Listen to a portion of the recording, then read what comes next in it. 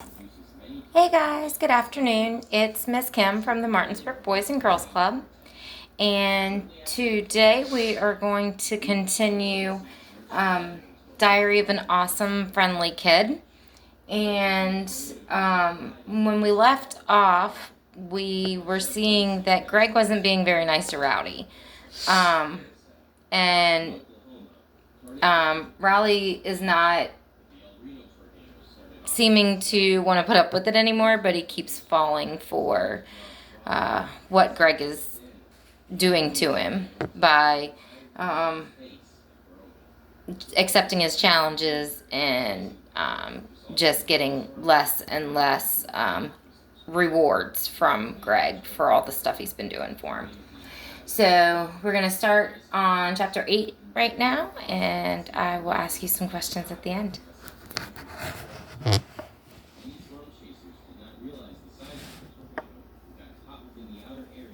The time I found out Greg is a lousy study partner.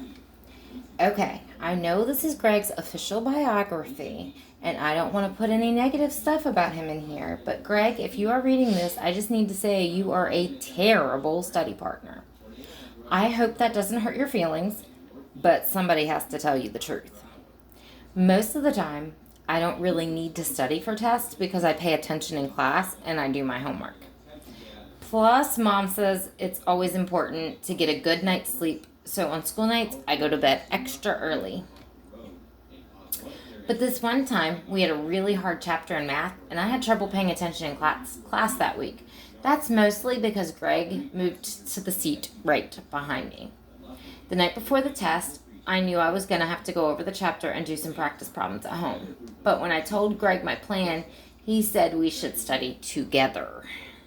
I wasn't sure that was such a good idea because when it comes to school stuff, sometimes it's hard for Greg to focus. But Greg said we're best friends and best friends should study together, so I guess that made sense to me. Well, first thing we had to do was find a place to study. Greg said we couldn't be at his house because his brother Roderick was having band practice, and Greg was banned from my house because he played a practical joke where he put plastic wrap over our toilet bowl, and he got my dad pretty good. Greg said we should get to the library because it was quiet there and nobody would bug us. So Mrs. Heffley gave us a ride to the library after dinner, and we found a table where we could do our work. We got out our books, and I said maybe we should do practice problems to see what we needed to work on. But Greg said he hadn't even read the chapter yet, so we needed to start from the beginning. Well, that was a kind of waste of time for me, so I told Greg he could read the chapter on his own to catch up. But Greg said I was being a bad study partner and that we were supposed to do everything together. I said, okay, fine. Let's start from the beginning of the chapter and go through the whole thing. But Greg said before we got started we needed to plan out our study breaks so we didn't get too stressed out. Then he said we should start with a break so we'd get off on the right foot. And that's what we did, even though it seemed like a bad idea. After like 10 minutes, I said, we need to get to work because it's a long chapter and we have a lot to go through. He said, well, don't ask me why, but Greg pinched his nose and his finger and said the exact same thing I said, but in a really annoying voice. Hi, I'm Rally, and we need to get to work because it's a long chapter and we have to go through a lot. I told Greg to stop copying me, but that just made him copy me even more. Stop copying me. Finally, I got smart and started reading the chapter out loud. Angles in a triangle add up to 180 degrees. A right angle is 90 degrees. Angles in a triangle add up to 180 degrees. A right angle is 90 degrees. After a while, Greg figured out what I was doing and he stopped copying me. I told him maybe it would be better if we just read the chapter quietly, but Greg said that wasn't his learning style. So he needed to make things fun so they would stick. I said, what do you mean? And Greg said he knew a way to make learning math into a game. First, he balled up a notebook piece of paper, and he said we should take turns reading a few words from the chapter and toss the paper ball back and forth each time. So we tried it, and it worked for a little while, I guess. But whenever someone dropped the paper ball, Greg said we had to start the whole page over. And sometimes I think Greg was trying to make me drop the ball on purpose. I told Greg we were wasting too much time and we needed to do this another way. And Greg said he didn't care how we studied as long as it was fun. So I told Greg a trick my dad taught me. He said that whenever I had trouble remembering something, I should make up a song to make it easier. Then I sang the song I made up to help me remember how to get the area of a circle. There was this one time when there were these 8 bunnies and they hopped up this hill, and then the 3 of them slid back down, and then 4 bunnies got tired and fell asleep, and the last bunny got to the top of the hill and said the area of a circle is pi r squared. Greg said that was the dumbest thing he ever heard, and I said, well, if it's so dumb, then why do I have a 95 in math and you only have a 72? I guess Greg didn't have a good answer to that, and he said it was time for another break. So we played video games on the library computer until some grown-up reported us to the librarian for making too much noise. When we got back to the table, Greg said we weren't studying the right way and that he had a better idea of how we could do it better. He said he read the first half of the chapter and I read the last half of the chapter, and then we could team up during the test. I said, well, you're not allowed to talk during the test, so I didn't see how that was going to work. Then Greg told me about those monks who can transmit their thoughts through the air if they concentrate real hard. So we tried doing it, but I guess I couldn't concentrate good enough to make it work. Greg said we needed to figure out a different way to communicate during the test. I said if we just studied the chapter, we wouldn't need to communicate, but once Greg gets something in his head, he just doesn't let it go.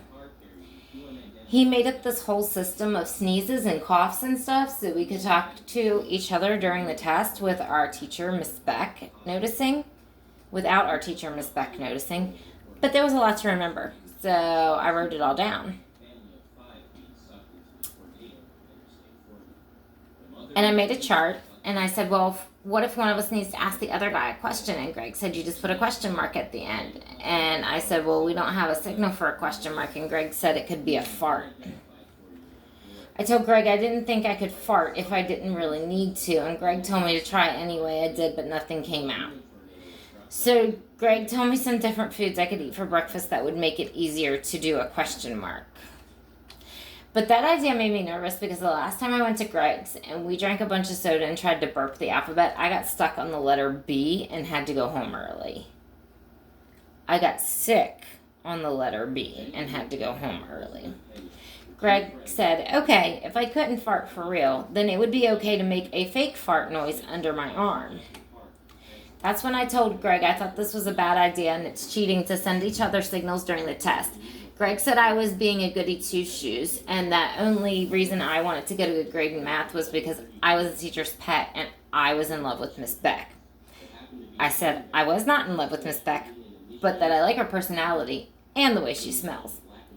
So Greg said that proves I'm in love with Miss Beck, and then he sang that song about 2 people sitting in a tree. I knew Greg was trying to make me mad, but for some reason that song really didn't bother me that much. I guess Greg got mad that he wasn't making me mad, so he started singing even more. I tried to tune him out, but he just got louder and louder. Then I went to the bathroom and tried to study in there, but Greg followed me. But I guess somebody else complained to the librarian because she came into the bathroom and told us we both had to get out. Then she said if we made any more noise, she was going to have to call our parents and have them come get us. Well, that sounded great to me, but I don't think Greg was ready to go home, so he promised we'd quiet down. I really didn't want to sit at the same table as Greg anymore, so I moved to one of those desks with the divider between them, but Greg sat right across from me. I was starting to get some work done, but then Greg slid a note under the divider. He had a math question, so I answered him and passed the note back. And then Greg asked me another question, but I really didn't mind because this was a million times better than the way we were doing things before. But then I slid the note back, and it had another question in it that didn't have anything to do with math at all. It said, check 1. I'm embarrassed. I wet the bed last night. Yes or no? Well, I checked the no box because I didn't wet the bed. And I slid the note to Greg, but then he wrote something on it and slid it back. Haha, you're not embarrassed you wet the bed. That made me kind of mad because that's not what I meant, but I didn't want to spend a lot of time explaining myself because I really needed to get back to studying.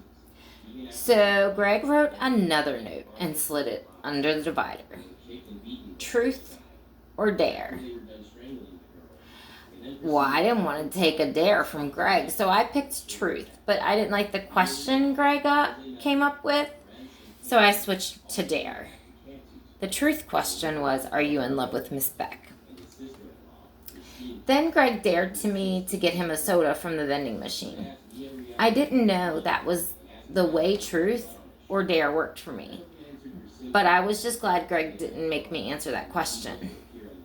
After I got Greg his soda, I did a little more studying, then he started up with the notes again. Well, I didn't like that, so I sent back a drawing of my own. And then Greg drew another picture of him, and I drew another picture. He drew another picture of me, and I drew another picture of him. After a while, we filled up 2 whole pages with drawings. And none of them are very nice. They're making faces and saying they smell and that they're babies and that they pick their nose. Not very nice things to say to friends, especially not best friends. Greg tried to start a new page of drawings, but I just ignored him, and I guess he didn't like that because he kept trying to get my attention. I decided to move to a new spot that wasn't so close to Greg. I was glad I could finally get some peace and quiet, but that didn't last long. If you're wondering what the bang was all about, well, here's what happened. When I got up and moved to another desk, some grown-ups took my spot. And I guess Greg thought it was still me, and he tied the guy's shoes together. Then, when the guy stood up, he fell backwards. After that happened, Greg got out of there as fast as he could. I figured I'd better get out of there too because I didn't want that guy thinking I was the one who tied his shoes together. I followed Greg into the children's section where there was an empty table. He put his stuff at one end and I sat down at the other so I didn't have to be close to him. Greg said we should take another study break, but I said I was going to keep working. But then Greg balled up a piece of paper and tried to throw it in the trash can across the room. He missed, but he kept shooting balled up pieces of paper, which made it hard for me to concentrate. And then Greg finally made a basket, and he said, I bet I couldn't make the same shot as him. But when I told him I needed to study, he said, I was too scared to try, and then he started acting like a chicken. I tried to ignore him, but it wasn't so easy, especially when he got up to the table. Then all of a sudden, Greg sat down on the table and started making grunting noises. At first, I thought he might be having a bathroom emergency, but when he got up, there was an egg on the table. Well, I didn't want Greg to lay another egg, so I balled up a piece of paper, tossed it in the trash. And I wasn't looking to see if it went in, but I guess he did. Greg said my shot was total luck and there was no way I could make it again, even if I tried 1,000 times.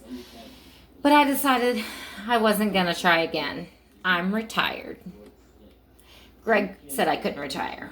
But I said I could, and it was his own fault for giving me the idea anyway. One time I had my birthday party at the bowling alley, and Greg hit a strike with his first ball. Then he retired and ruined the game for everyone else. When Greg couldn't get me to unretire, he tried making a backwards shot himself, but he went through like a million pieces of notebook paper, and he couldn't even come close. I was just glad that he was leaving me alone because I was actually getting a lot of work done. I finished the practice test and then I was going to go over my notes from class, but that's when I found out Greg was getting all of his paper from my notebook.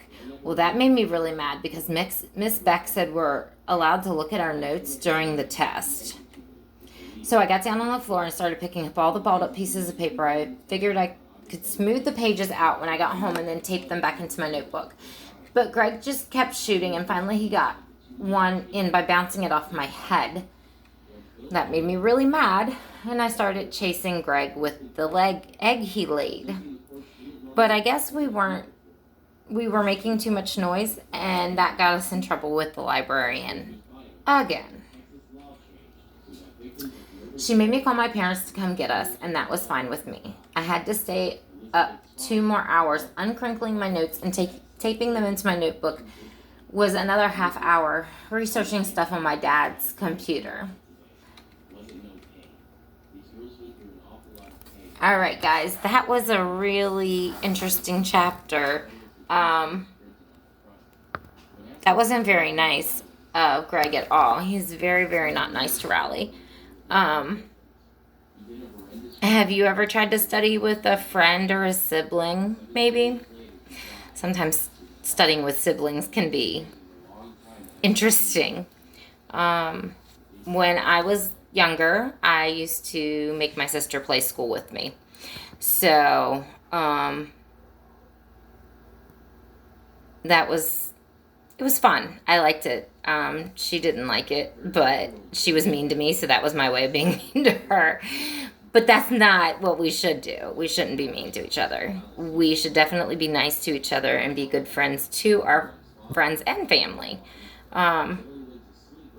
So tell me about a time that you were a great friend at school and a time you were a bad friend at school, because we've both done both. And I will see you guys next time. Stay safe, happy, and healthy.